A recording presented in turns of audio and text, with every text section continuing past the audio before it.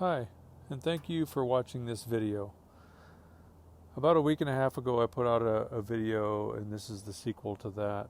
The first video was about Forrest Fenn's waterfall. I put more detail in the description of that video than I did the actual video, so you want to go back and click on that video and read through the description, and I think you'll find it interesting. Today I want to take you to a special place of reflection and imagination. Special to me now, and special to Forrest Fenn. I have some video footage that I will share with you along with some slides. It's raw, it's GoPro footage, so there's nothing really professional about this video, so bear with me. I'll try to get it done in 1 or 2 takes. Hopefully you'll enjoy it. So at this place, there's an old historic inn, as in, take it in. There's a reason it's written this way in Forrest's poem. Whenever you see anything written awkwardly, he's trying to make you take notice of that word. In this case, it's the word inn. Across the road from this historic inn, there's a put-in. The put-in is on a river that has an abundance of white water, class 4 rapids. If you raft the river down, eventually you will come to a bridge. There's a ritual that the whitewater rafters perform at that bridge, and it signifies cheating death by surviving the rapids. They all raise their paddles, do a paddle up high five. Forrest Fenn has chosen this for one of his clues to signify his cheating death twice in getting shot down over Vietnam and once beating cancer. There's a short story titled The Complete Angler, written by Isaac Walt. And some have commented that this is Forrest's Bible. I don't know where that comment originated, but you can find reference to it on Dale's blog. The Complete Angler is a story written as a conversation between 2 individuals as they walk along the countryside. One's trying to convince the other that fishing is like being close to God. In this story, there are references to gypsies and the nobility of being a teacher and the meek. Specifically, how only the meek at heart are worthy of riches. So, if the meek at heart are worthy of riches, and from there it's no place for the meek, and what it's telling me is that I don't want to go there if I want to find the treasure. It also says there will be no paddle up your creek, also indicating that you won't be reaching the bridge. The key word in the poem is there, because if you emphasize the word there incorrectly, it will lead you in a big loop. So there, meaning a continuation, meaning go down the river, is incorrect. There, meaning in that direction, is no place for the meek. My end is ever drawing nigh is the correct interpretation and will get you going in the right direction. In the chapter, no place for biddies, biddies being chickens, chickens being meek, no place for the meek, talks about crossing the road. So he's telling us or wanting us to cross back over the road to the inn and beyond. So it says the end is ever drawing nigh. and up your creek will be heavy loads and water high. So if you're looking down the river at the put-in, from there it's no place for the meek. The end is ever drawing nigh. To your left will be the inn. The inn is located right next to an old remote railroad station. What's unique about this inn is that they have repurposed and converted old train cars and cabooses into cabins for rent. The cabooses are situated around the railroad tracks, so if you use your imagination, they resemble gypsy wagons circled up down by the tracks. In the summer months, if the wind was from the east, Forrest could hear the gypsies, which means we need to go further west. So if we're further west, we go about a mile or less up a narrow gravel road, we'll come to a fast-moving stream and a trailhead. That trailhead is for a trail that follows what seems, when you're hiking it, as a never-ending, ever-drawing draw. This draw is a 2.1 mile uphill, 2,500-foot slog, continuous incline until it bottoms out into what pilots refer to as a box canyon. That box canyon is shaped like an omega. In a previous video, I briefly described the hike up the draw through lush vegetation so dense that it tends to swallow the trail in places. The trail follows a creek that cuts so deep into the draw that you only get one glimpse of it along the way. The glimpse you get is in a small clearing at about 4,000 feet and is of a small 100-foot waterfall. Forrest describes his climb with a heavy pack and the waterfall off his left wing in My War for Me. Now that you know, now that you can make that connection, you can go back, reread that story, and you'll start to see the hidden messages emerge. Later on, when he went back and visited that waterfall in Vietnam, what he's really writing about, what he's really telling you or reflecting on, is his first trip into this special place when he was 9 years old with his family. He also talks about, on that first mission, a wingman. So who is this wingman? So I think this wingman is Doug Preston. Doug Preston was with him on his mission to go hide this chest.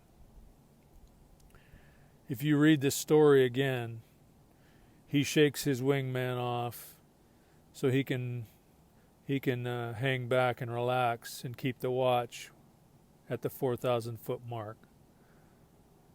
Right about the time they see this, they come upon this waterfall.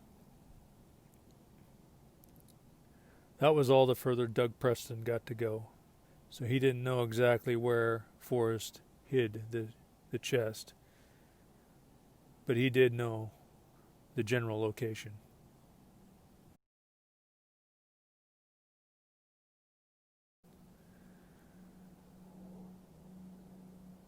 At 5,400 foot elevation, nested in the box canyon, is a lake. What's special about this lake is that there is a unique accumulation of driftwood in an arc on the east end from hundreds of years of trees getting swept into the lake by avalanches and runoff. The only time I've ever heard Forrest use the term heavy loads is in reference to the trees that they cut and dragged down to the lake, chained together to tow across to the mill. These heavy loads are in the shape of a rainbow. It's the end of Forrest's rainbow. It represents the beginning of his manhood and now the end of his road. If you go clockwise, around the lake, you will find the blaze. I'll pause there for a moment.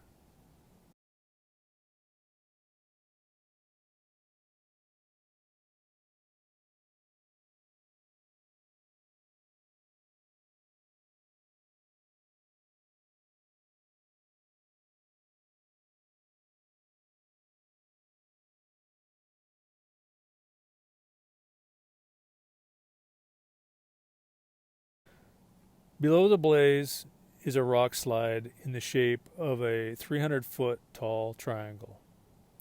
This is the shape he always draws for Peggy, like a woman's dress. He draws her hair in the shape of a puff of smoke, and sometimes shaded gold.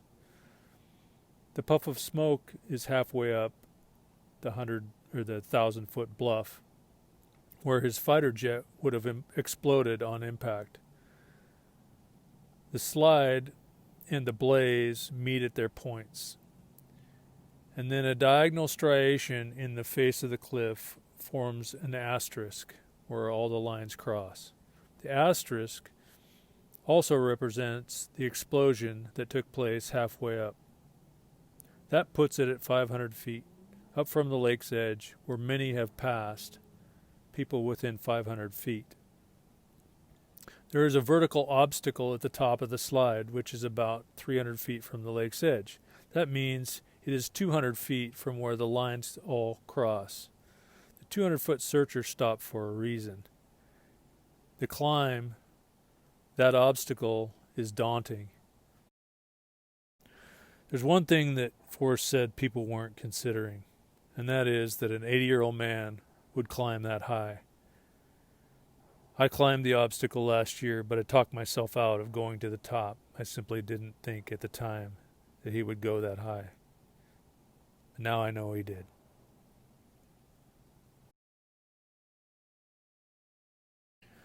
The blaze, I feel, represents Forrest's success as a businessman, after people had told him he wouldn't amount to anything, as well as the ejection seat symbol painted on the side of his fighter jet that saved his life.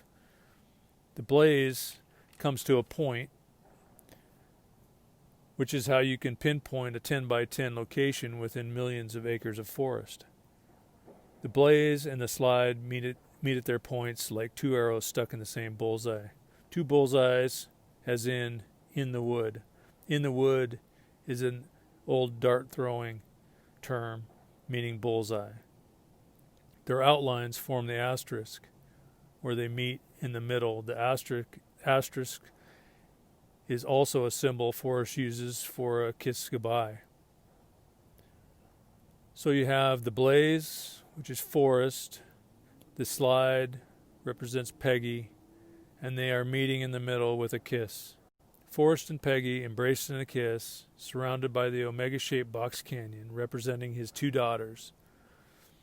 The lake that symbolizes his brother Skippy, the fish in the lake that symbolize his father, two smaller slides that represent his mother and his sister. Halfway up the 1,000-foot bluff where Forrest's fighter exploded on the cliff, he had planned to say goodbye. Now how cool is that?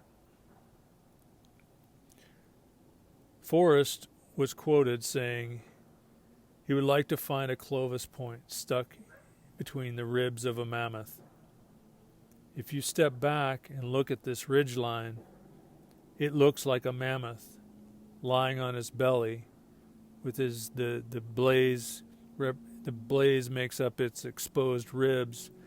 The slide looks like an arrowhead or Clovis point stuck between those ribs. Now I'd like to read some of the subtle hints and aberrations I've identified in Forrest's memoir that I wrote in my book. I actually wrote a book, not to sell books by any means, basically as a memento to myself and maybe for my future grandkids someday. It was all free. Didn't cost me anything. I used free software to edit it, to format it, and published it for free, just so I could order myself a copy. So you're more than welcome to look it up on Amazon. I apologize for the cost up front. I chose the largest paperback size and with high gloss color photos and everything, so it'd come out nice. But so I do a much better job in the book describing all of this, and there's much more detail. Plus, we'll get into scrapbooks in a few minutes. All of the emails, the correspondence, the one-way correspondence that I had with Forrest is I've included in the book, so you can marry up the scrapbook with the emails that I sent in, and then you can see him cleverly craft his stories around that, around those searcher emails that he received. It's fascinating. Anyway, so hints and aberrations.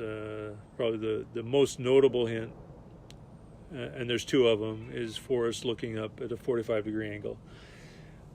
So this represents the location of the chest, as if Forrest was standing at the edge of the lake looking up at it. Forrest was the only one in his class that knew the slide trick.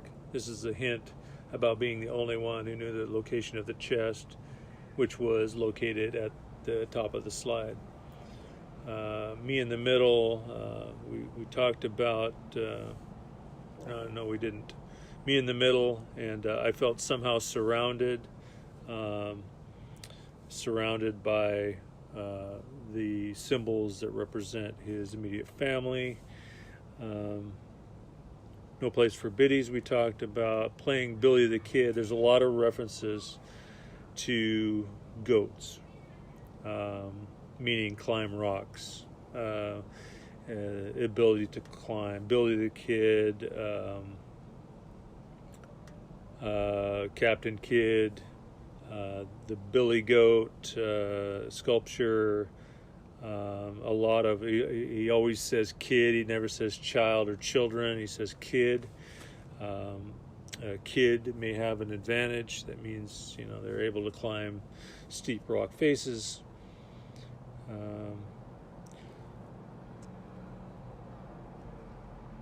Can still hear the trains when the wind is from the east. Another, we went over the reference to the trailhead being being west of the inn or the gypsy wagons. The Chevy became part of the family. If I could find that Chevy, I would buy it back and keep it forever. This is an aberration. It represents the chevron-shaped blaze and being surrounded by symbols of Forrest's family members again. The mountains seem to suffer an instant personality reversal. This refers to the mirror image of the blaze and the slide. The use of the term personality reversal could mean opposites attract, as in Forrest and Peggy. 500 feet up a stone bluff, his plane exploded in a fireball. The bluff represents the blaze, or where the blaze is. The asterisk created where the lines cross at 500 feet above the lake's edge represent the explosion of his airplane. The illustration on page 99 depicts a deep crack in the mountain with an arrow pointing down at the halfway point. This illustration, if rotated toward the reader, would resemble the blaze. This too, I feel, is an aberration. So in my mind, these lines have converged to tell a story that satisfies me in my heart. Once again, reference to the place where the lines cross, representing his special spot, and the symbolic waypoints that led him there. So why is it that I must go and leave my trove for all to seek? If I cannot enrich those with whom I interact each day and cause them to be better for having passed their view, having passed their view, then I have wasted my turn. This is a reference to the complete angler and the inn. It also explains the motivation behind the chase itself. He wanted to leave his mark on the future like his father did by making his students better people.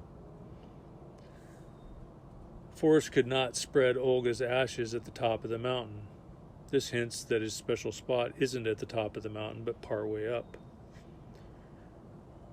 Reflecting on the happenings that marked our passage through life, this refers to the foundation of the poem itself and how he constructed it. I feel my life has been a rough draft of the place just ahead, where the past will come alive again, and all of my experiences and friends through the years will meet with me at the great banquet table of history. This is Forrest explaining the foundation of the poem again, and how each clue represents an experienced or a loved one. I want to talk about scrapbooks for a few minutes. So I came on the scene about scrapbook 203. A few days before that, I bumped into Forrest's lead searcher at the lake. It was a young gal. She had Texas license plates. People suspected that the lead searcher was a young girl, possibly a relative. Forrest is from Texas, so I believe that they were very much correct in that assumption. She was obviously a little frustrated that we were there. A few days later, I believe, or that day, she sends Forrest a scathing email. He talks about reviewing a book and somebody giving him hell in that book. And as you well know, Sasha Dent, as you were analyzing this scrapbook, it started to resonate with me. I started to realize that it was talking about this girl that I just met or bumped into on the trail. The following, well, first of all, it talks about her going back and forth each week, every couple of weeks, a different home. Things. So she was struggling. She was like me, one side of the lake one day, next side of the lake the other day, and then the following scrapbook came out talking about bears and huckleberries and not to bother with anything down low, the strawberries that grow down low, what he's doing, and he's talking about putting the huckleberries on his Wheaties, and they ate lots of Wheaties. He's saying you need more energy and you need to not bother with the stuff down low, you need to go up higher. So he's guiding her, and now me trying to end this thing, right? So but I didn't reach out to him, so he now knows I exist. At the end of that scrapbook 203, he says, now it's your turn, Eli, and I nicknamed this girl Eli, and I believe that I was the next Eli. He talks about in the following one with the bears. He said, I think I intimidated her, and he was saying, don't fret that much, and he mentions singing, meaning that he also talks about partnerships, and he talks about partnerships from in a few more scrapbooks following. So what he was doing, he was telling her to partner up with me, and that there's plenty to go around, and et cetera, et cetera. So and telling her to to sing, basically to speak up. But anyway, so I didn't reach out to Forrest. I didn't want anybody to know what I was up to. including Forrest. I didn't want to get anybody stirred up. So he kept, throwing out, bait, looking to see if I was listening. And when I didn't respond, he kept sending out more and more. There was a barrage of scrapbooks that went out right about that time and kept coming out, 2 or 3 a week. And each one had more and more information, a lot of hints. Some got right to the point, talking about the Bob Marshall Wilderness and talking about, scrapbook 234 was nothing less than a turn-by-turn description of where the chest was hidden. Go vertical 1 story, walk past 15 rows of boxes, turn left into a narrow corridor.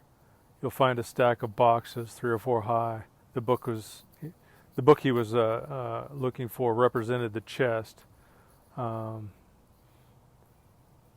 he closes by saying, the book should have been in the Smithsonian, which he's also said about his chest, treasure chest.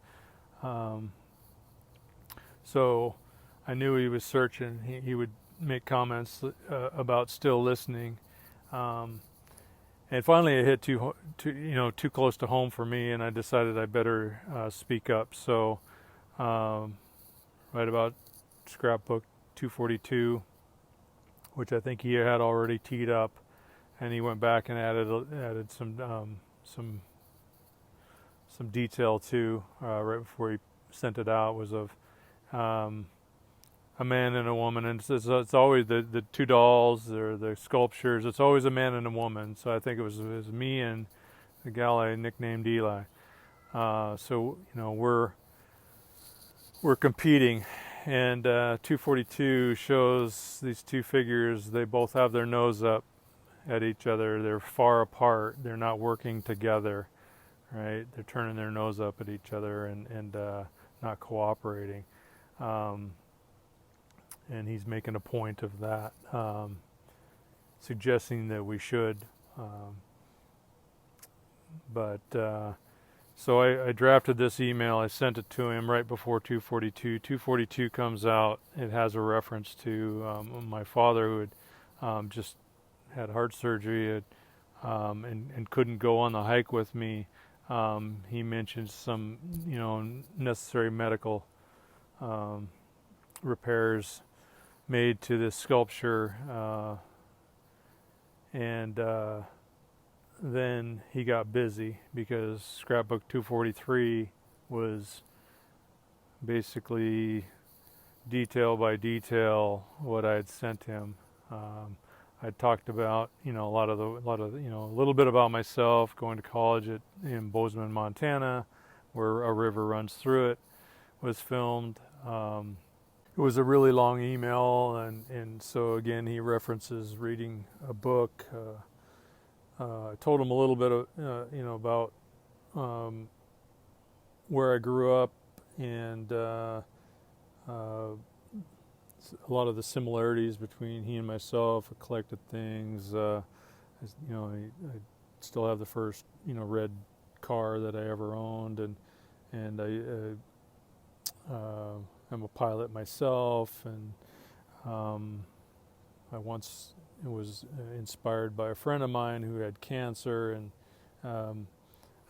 to write a poem. I wrote a poem. A friend of ours lost his battle with cancer, and I talked about the lead searcher and the partnership, and the fact that I might have to do this, finish this by myself, but I definitely wanted to include Eli in that story and have her tell her story along with me, and then scrapbook 243 comes out, and it talks about, and by the way, I use the word a bit too much, and he comes out with a story about his little dog Bip. I shared with him some rather large, what I thought at the time were wolf tracks, and of course, little dog Bip was attacked by a vicious dog. the kicker here for me was I didn't tell him. I used to work at Amazon. So little dog Bip, was attacked while he was on the Amazon, and so he had looked me up. So he'd looked me up on LinkedIn, and then we'll get to that. But the next scrapbook came out was pretty obvious. He had looked me up on Facebook as well. So little dog Bip, reference to red lights, run through red lights, the red barn, searching, back and forth, high and low,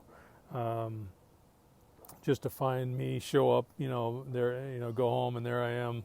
He'd been looking all over for me, and there I was. Finally ended up on his front porch.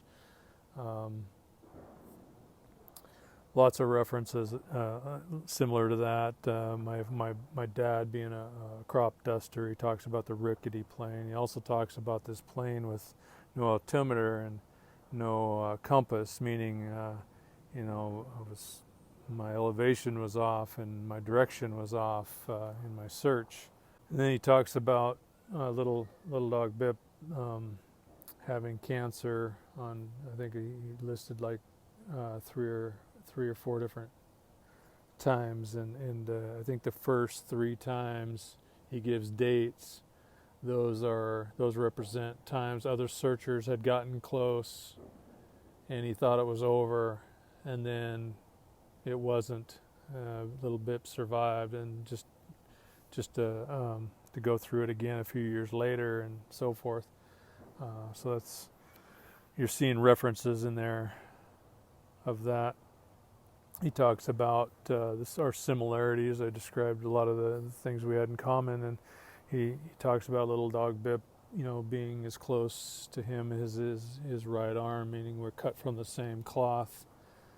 I did mention that I'd climbed the vertical obstacle above the slide once prior, and was planning on doing it again this summer or spring, and obviously didn't get a chance to. But in his scrapbook, he highlights, you should, meaning you should climb higher, and then he says, he's going to get back to his book, A River Runs Through It, page 9. Well, on page 9 in TTOTC states something to the effect of need to start researching things at a higher level, which is, basically some guidance from Forrest to search higher.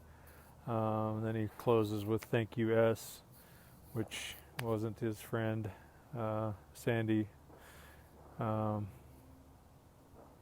It was me. Anyway, so there's a lot in the scrapbooks. There's a lot of very fun things that I've included in my book, my emails to Forrest, so that you can put them side by side with the scrapbooks, so you can see how clever he is in creating these stories with these hidden messages behind them. Fascinating. The man's mind is sharp as the tack.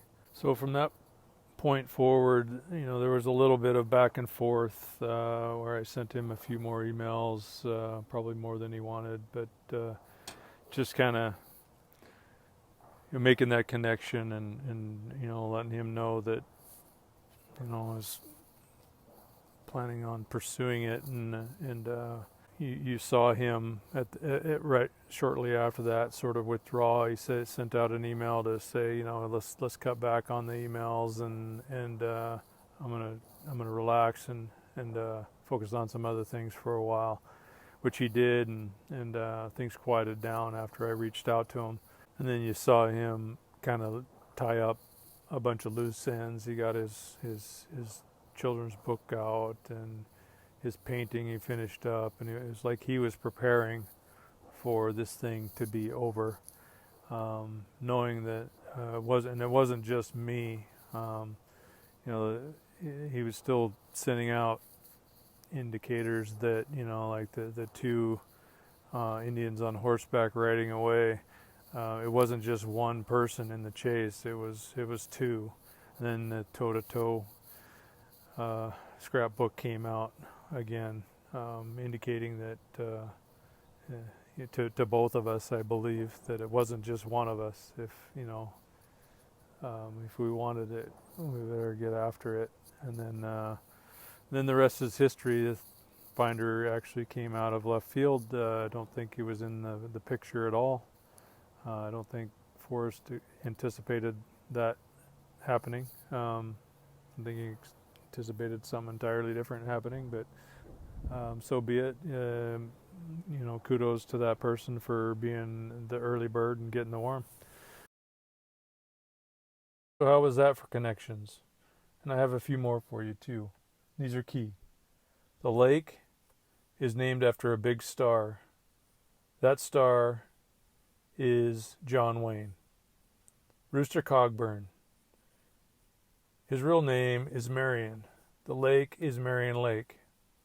The inn, with the rail cars converted into cabins that resemble gypsy wagons, is called the Isaac Walton Inn. The put-in across the road from the inn is on the Middle Fork River. There he is in the middle again. At the bottom, the bridge, where you do the paddle up ceremony, is the belt-on bridge. That's why his stick figure has a belt on. Everyone wants to know what IT is.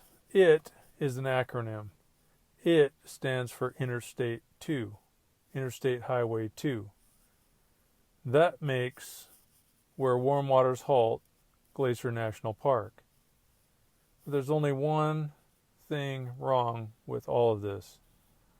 None of it is in Wyoming. So here's the thing. I've been an engineer for 30 plus years. I solve problems for a living. I deal with probabilities every day. The probability of all of these connections with his memoir, his poem, his interviews, his scrapbooks, his doodles, all being wrong, all being false, is essentially zero. So I put out a video of the waterfall, and about 2 days later, the announcement came out that he found the treasure in Wyoming. I think he panicked. The place we're looking for isn't under a rock. It has to have a majestic view. There has to be something special about it that would make Forrest want that to be his final location. There has to be a connection. I've been to Wyoming. Show me lush vegetation somewhere in Wyoming and a place where somebody would take their last breath, that grew up in the Rocky Mountains, and maybe you'll convince me. Make that a place he's only visited once prior. Marion Lake connects every dot. The announcement Forrest put out was awkward. And like I said before, when you see something like that, he's bringing your attention to it. Forrest is still leaving clues for us to find. We all know he didn't set the chest on the ground and walk away. He probably entombed it. If you look at the asterisk, you look at where the line crosses, the diagonal line crosses, there's a line of trees there. He says it's at the foot of one of those trees, and there's your tree line right there. And he also says in his scrapbooks that it was, within books stacked 4 high, which means it's within rocks that he stacked up around it to protect it from the elements. If you're a Fenn fanatic, you deserve to know the truth. And this Forrest story deserves to be told. It doesn't deserve to be swept under a rug and forgotten about. There's more for everybody to find in his writings, but you need to know the location to know the significance of that location, which is why I wanted to get this conversation started so we could have some fun decoding the message. The good news is if the finder panicked, that's an indicator that there's a big reveal coming. So why did Forrest go along with it? Well, I think there's a lesson in here, and somebody nailed it with the reference to King Midas. Your wish will be granted. Just be careful what you wish for. So there you have it. I hope you enjoyed this video. I hope you enjoyed the content. I hope you were curious enough to want to know more. It's time for me now to turn the page. I think I'll just turn the radio off and look for a remote airstrip to land in somewhere up in the Bob Marshall Wilderness. And I'd be remiss if I didn't say thank you to Forrest Fenn for putting all of this together and getting us all off the couches and out into the mountains. It was a thrill, to say the least. I had a blast. Thank you, Forrest. All the best.